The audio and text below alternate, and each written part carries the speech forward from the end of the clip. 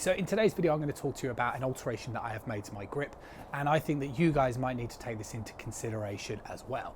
Now, what I've tried to do in my golf swing recently is I'm just trying to, what I would say is just tidy it up a little bit.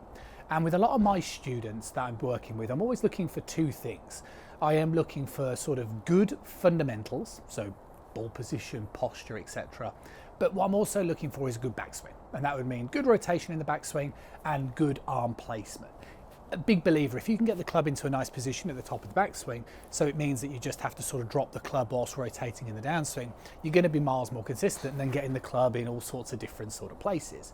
And what I realized with my swing recently as I was filming some stuff for some of my short videos that I'm producing is that my left arm had just gone a little bit too high. And obviously when my left arm was a little bit too high, it sort of meant that I had to start feeling this sort of dropping down rerouting move. And it was something that I thought, well, let's just make that alteration and change to sort of try and simplify things going into this year. And that's exactly what I have done.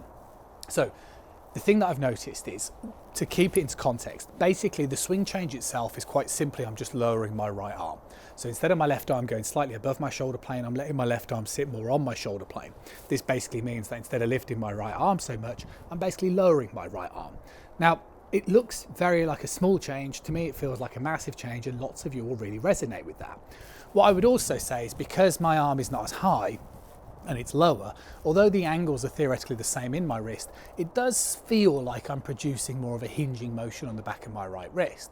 Now, the point is, where does the grip change come into all of this? Well, if we understand that I am trying to work on, shall we keep it simple, swinging a bit flatter while still keeping the club on plane, I've really been focusing on this backswing position here. And what I've noticed is that I was starting to, especially through repetition, I was just starting to get a little bit of an ache. Aching around the tendons, aching around the forearms. And then I started to realize that, yeah, I think what I'm doing is I'm gripping the golf club too tight. Now, I get questions about this all the time, and I find it really difficult to answer that question and talk about it generically, in terms of how tight should you really be gripping the golf club. I often say, well, look, if you're gripping it too loose, you don't have control of the club. But if you grip it too tight, then that basically means that you're probably restricting some of your wrist motions throughout the golf swing.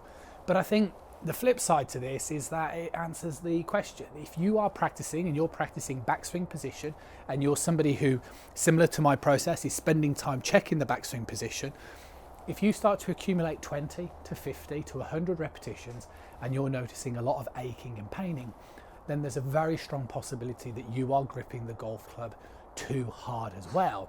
And just relaxing that feeling of grip pressure on the club will just mean that you're probably loosening around this sort of area, around your forearms, around your tendons, and you might just find that it's easier to do repetition, but equally still have enough control on the golf club. Personally speaking, that's exactly what I'm working on, and for myself, that's something really new. Staying on the topic of muscular ache and activity, yes, if you're learning a new position, so I often see it with students where if they've sort of moved incorrectly and I teach them how to move, you will activate new muscles and you'll get a different sense of awareness. But there is awareness, there's muscular activation, and then you've got kind of discomfort and pain. And that's what I felt. This wasn't like a repetition thing, because I hadn't done thousands of reps and was getting pain. I'd done sort of tens of reps and was getting a little discomfort. So my sort of word of warning is, equally, if you're trying to make a swing change and you're sort of noticing that you're getting more of an ache and a pain, there's obviously a very likelihood that you're doing something wrong. And I just thought I would share that with you, because I get that sometimes with students where they'll say, hey Russ, yeah, I've been trying to work on my backswing rotation, and they'll do something like this, and then they'll go, yeah, I can feel it on my back. And I'm like, well, yeah, that's because you just need to move like this, and you don't realize actually how simple the movement is. So I just wanted to mention that equally. And for myself, I can't quite believe actually how different that feels. It's shocked me as to just getting into a lower position. It's made my swing feel shorter. It's made me feel, well, just flatter, obviously very, very different. But again, when I look at it on video, I'm really surprised. And I will talk about that in upcoming videos as well, in terms of like the fastest way to make a swing change, which I think lots of you will be interested in. Equally, obviously interested in what you guys are actually working on at the moment, you can drop it in the comments box below, and anything that you would like to see on the channel moving forward, let me know and I'll more than happily produce that for you. See you soon.